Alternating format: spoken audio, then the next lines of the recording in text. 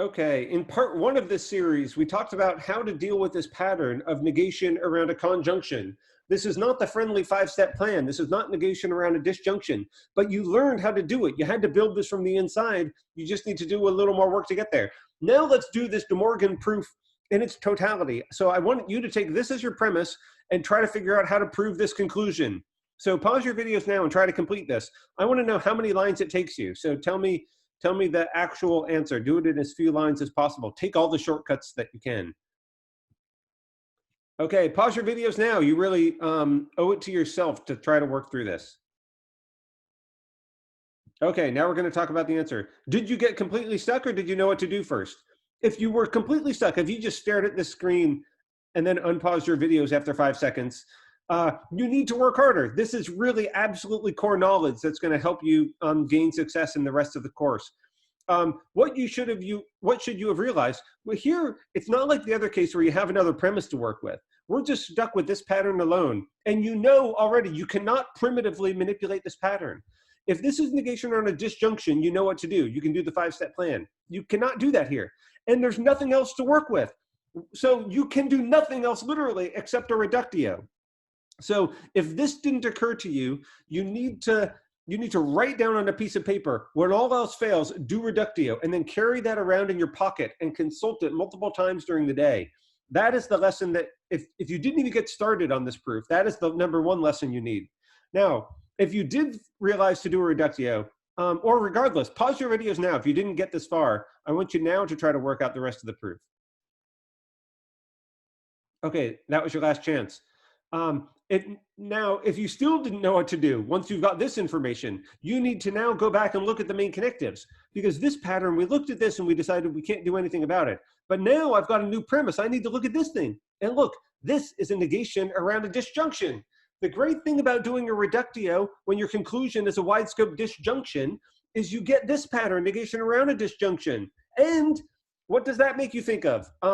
This gives me a warm, fuzzy feeling inside. This makes me think of kittens. I know what to do now. I pick a disjunct. I'm just going to do the 5-step plan on this.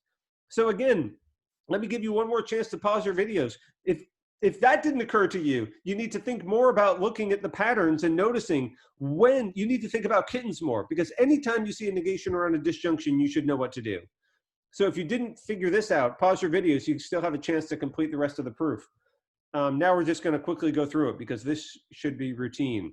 I'm just going to do the 5-step plan, which allows me to push this negation onto here. That gives me P. So notice I said take all the shortcuts. Here's one of them.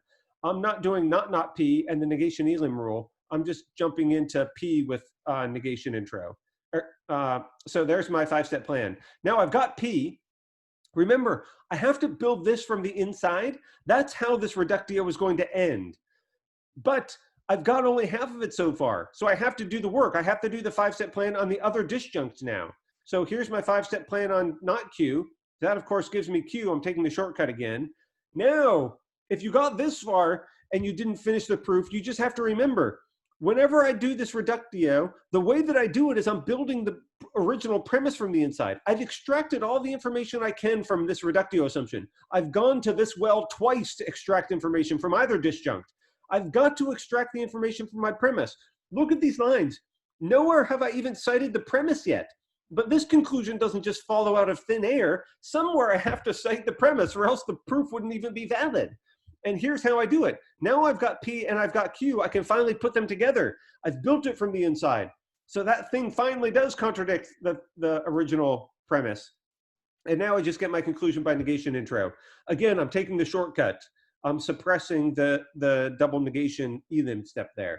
So this is how you deal with negation around a conjunction. You do it indirectly. And ironically, you actually use the 5-step plan, but not the 5-step plan on this.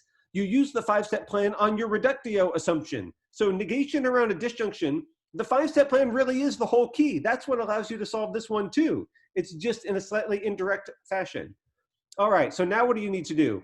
Well, we've just worked on these couple of De Morgan's proofs. You need to go through every one of these, prove all of these, and find as many examples as you can. If you can do all of these equivalences in every direction, then you're starting to get the mastery we're looking for formal proofs. Okay, thanks.